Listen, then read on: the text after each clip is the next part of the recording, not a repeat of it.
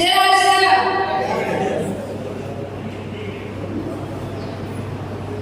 मराठी में बात करती हूँ और हिंदी में भी बात करती हूँ, तो मैं चाहती हूँ हिंदी में मैं बात करूँ कि मराठी में आप लोग अपने राय दें। अगर मैं मराठी में बात करती हूँ, मराठी को ना अपने आप बता दें, हाथ कर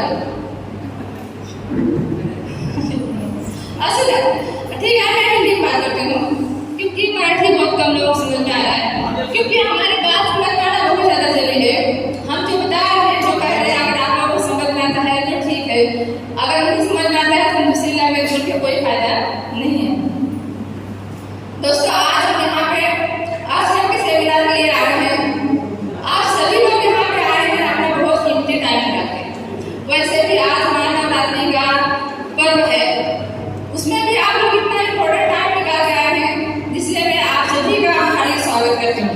इसलिए मैं आप लोगों को तालियां बजाकर स्वागत करने के लिए आप लोगों से रिक्वेस्ट करती हूँ।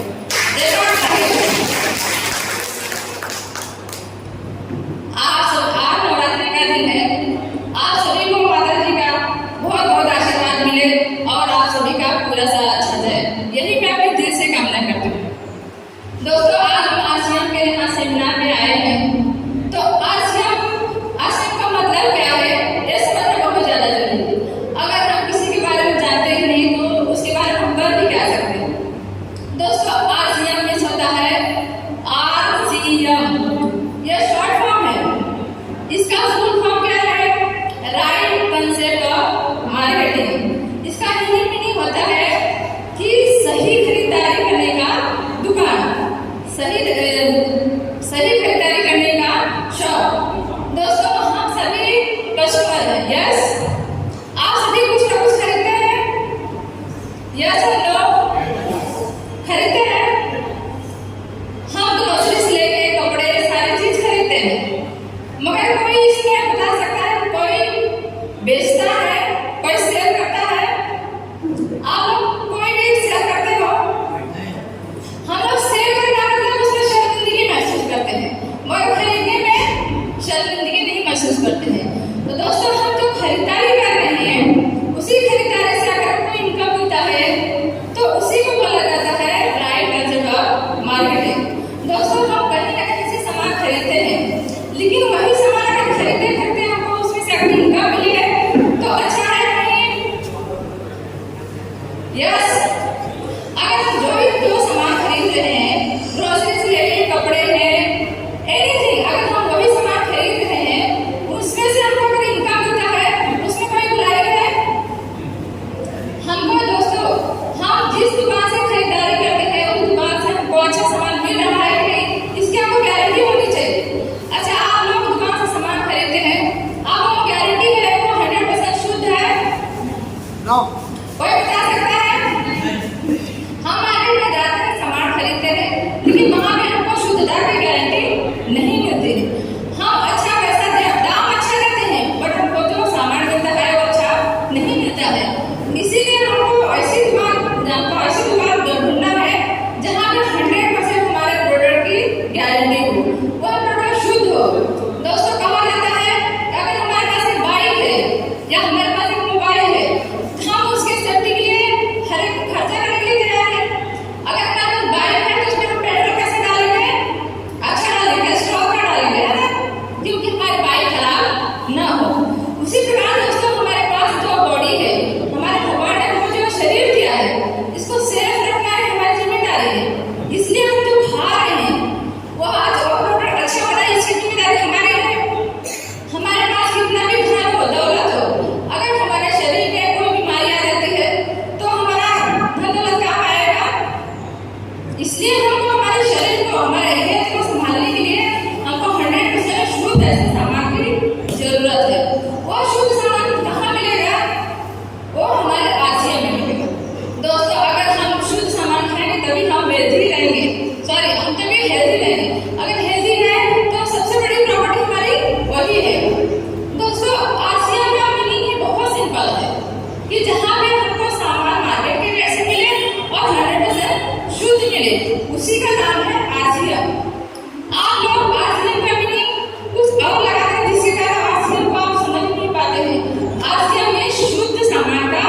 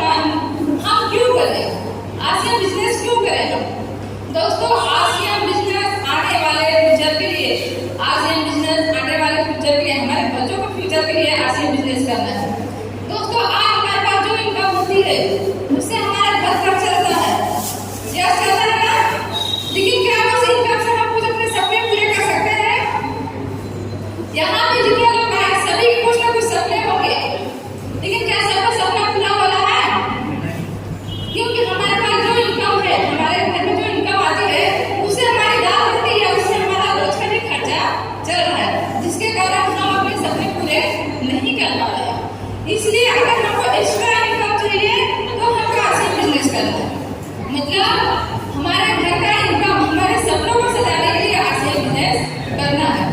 दोस्तों हम अपने बच्चों को पढ़ाते हैं, क्यों पढ़ाते हैं? कोई बताएगा?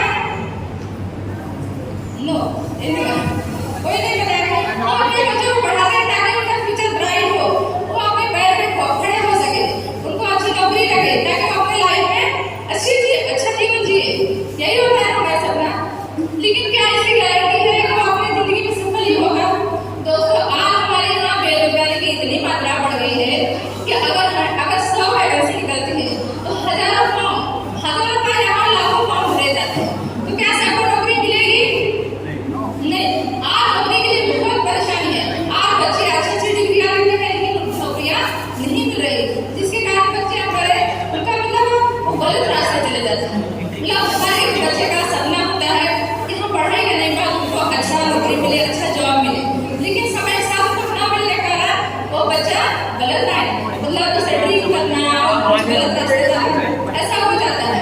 इसलिए अगर हम अपने बच्चे का फ्यूचर अच्छा चाहते हैं तो हम उसके लिए ऐसा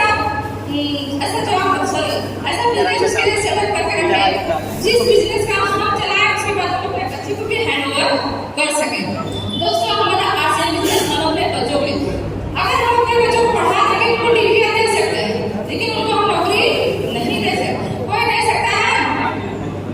कोई इसकी गारंटी दे सकता है हम अपने बच्चे पढ़ाने के बाद उनको नौकरी देंगे? नहीं, नौकरी कोई नहीं दे सकता। हम डिग्री दिला सकते हैं बच्चे को, लेकिन नौकरी नहीं दिला सकते। लेकिन अगर कोई बिजनेस सेटअप करके रखते हैं वो बिजनेस में अपने बच्चे को ट्रांसफर कर सकते हैं। अच्छा ये बताइए, कोई डॉक्टर है या कोई इंजीनियर है, वो अपने बच्चे को पढ़ाएगा, तो जिस पोस्ट पे वो इंजीनियर काम कर रहा है वो पोस्ट अपने बच्चे को दिला पाएगा? लेकिन अगर कोई बिजनेसमैन है, वो बिजनेस जहाँ से स्टार्ट किया है और उसके बीच में अगर उसमें देहांत हो जाता है या बीच में कुछ प्रॉब्लम आ जाता है तो वो बिजनेस अपने बच्चे को ट्रांसफर कर सकता है? उसी प्रकार दोस्तों ये आज के बिजनेस हम जितना करेंगे वहीं से हम अपने बच्चे को ट्रांसफर कर सकते हैं। मतलब यह बिजनेस केवल हमारे लिए नहीं करना है, यह बिजनेस हमारे बच्चे के लिए, उसके फ्यूचर के लिए करना है। हमारे देश में जो बेरोजगारी फैली है उस बेरोजगारी को कम करने के लिए ये बिजनेस करना है। दोस्तों हम आज के बिजनेस में से मतलब करना क्या है? प्रोडक्ट खरीदना है, यूज करना है, दूसरे को बताना है। दोस्तों हमारे इंडिया में सेल करना मतलब बहुत बुरा बात माना जाता है, मतलब शर्म फील की जाती है। दोस्तों क्या पता है आप लोगों को आज चीन जापान देश आगे क्यों है? क्योंकि वहाँ पे सेलिंग को बहुत ज्यादा इम्पोर्टेंस दिया जाता है। वहाँ पे हर एक बच्चा, हर एक जवान, हर एक बूढ़ा कुछ ना कुछ बेच रहा है, कुछ ना कुछ सेल कर रहा है। वहाँ पे सेलिंग को कोई शर्मिंदगी नहीं महसूस करता है, बट हमारे इंडिया में सेलिंग का बहुत बुरा माना जाता है। दोस्तों अगर हम खरीद सकते हैं तो बेच क्यों नहीं सकते? अगर हम प्रोडक्ट खरीद सकते हैं, आज जितने लोग बैठे हैं सब लोग साबुन खरीदते हैं, सोप खरीदते हैं, धनिया मिर्च खरीदते हैं, कोई नहीं खरीदता? कोई बोल नहीं रहा है। सब लोग कुछ ना कुछ खरीद रहे हैं, हम भी खरीद रहे हैं, धनिया मिर्ची अदरक मतलब हर एक चीज खरीद रहे हैं। तो हम खरीदने में शर्मिंदगी में बेचने में क्यों शर्म? मतलब हम लोग जो जिंदगी है अगर शर्मिंदगी महसूस होती है तो वो अपनी कामयाबी पे अंकुश लगा रहा है। दोस्तों हम अगर कोई नौकरी करते हैं तो नौकरी से हमारी केवल दाल रोटी चलती है। यहाँ पे जितने लोग आए हैं, आई थिंक लेडीज छोड़ के जितने जेंट्स लोग हैं सब लोग नौकरी करते होंगे। आई थिंक सब लोग नौकरी करते हैं, नहीं करते? चलो मैं बोलती 50% नौकरी करते हैं। अच्छा ये बताइए, नौकरी से आपके सारे सपने पूरे हो गए हैं? नौकरी से सारे सपने पूरे नहीं होते हैं। नौकरी से केवल हमारी दाल रोटी चलती है या हमारा घर का खर्चा चलता है। दोस्तों सबके एक सपने होते हैं कि हमारे जिंदगी में भी कुछ अच्छा करें, लेकिन नौकरी एक ऐसी चीज है जहाँ पे एक हम कोल्हू के बैल के जैसे वहाँ गोल गोल घूमते रहते हैं मगर अपनी जिंदगी में कुछ कर नहीं पाते हैं और वहीं के वहीं रह जाते हैं, हमारी उम्र बढ़ती रह जाती है। तो दोस्तों अगर हमारे सपने बड़े हैं, सपने हम क्यों ना देखें? सपने वही देख सकता है जो इंसान है।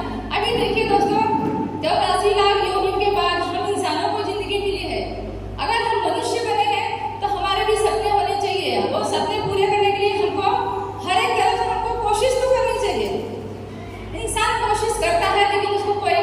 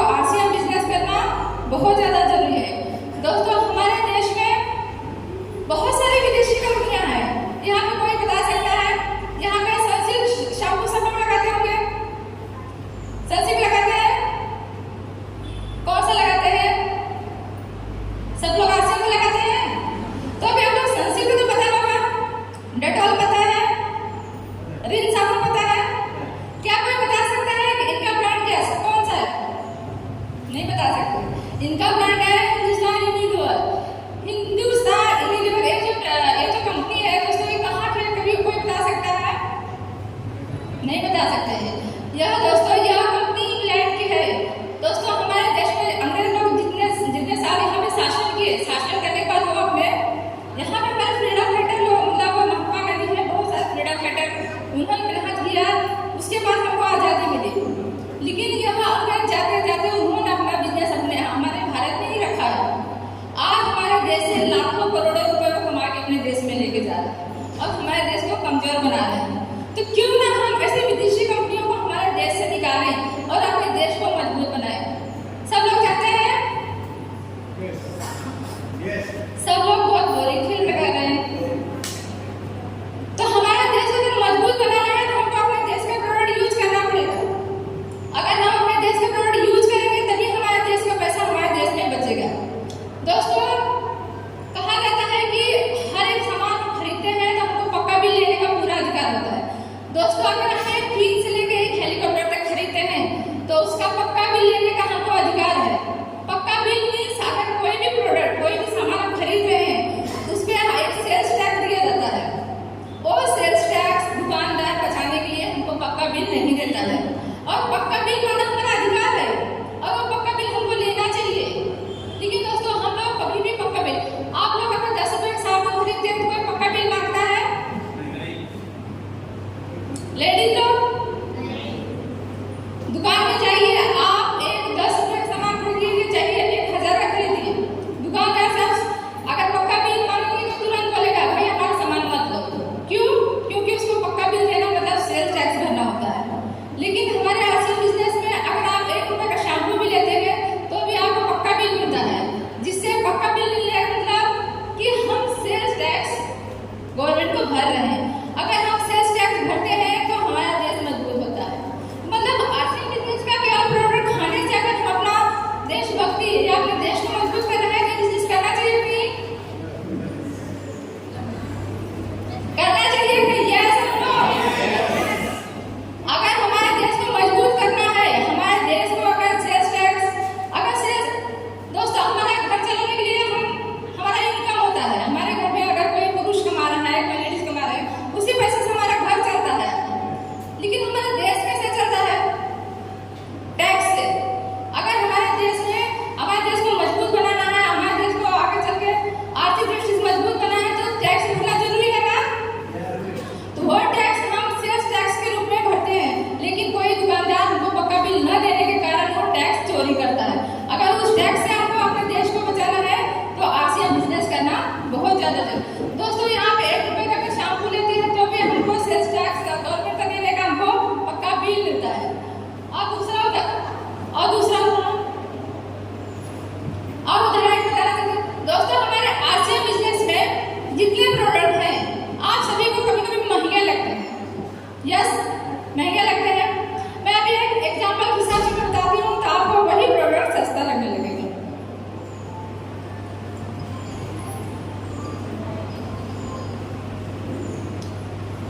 दोस्तों यह हमारा डेटनेक्स सोप है आरसीएम का।